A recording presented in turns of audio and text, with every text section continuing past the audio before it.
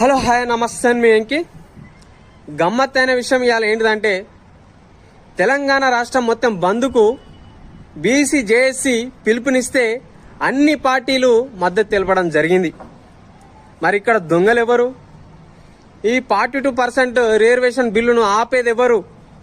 ఇక్కడ దొంగలు ఎవరు?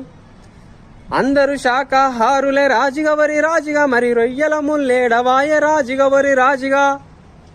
ఈ 42% రిజర్వేషన్ బిల్లును ఆపేది ఎవరు? ఇక్కడ దొంగలు ఎవరు? ఇక్కడ ప్రజలను బుగ్గగాలు చేస్తుండ్రు, ఇక్కడ ప్రజలను గొర్రెలు చేస్తుండ్రు. మరి BJP, BRS, Congress, CPI, CPM పార్టీలు అన్ని మద్దతు ప్రకటిస్తే మరి ఇక్కడ దొంగలు ఎవరు రా భయ్?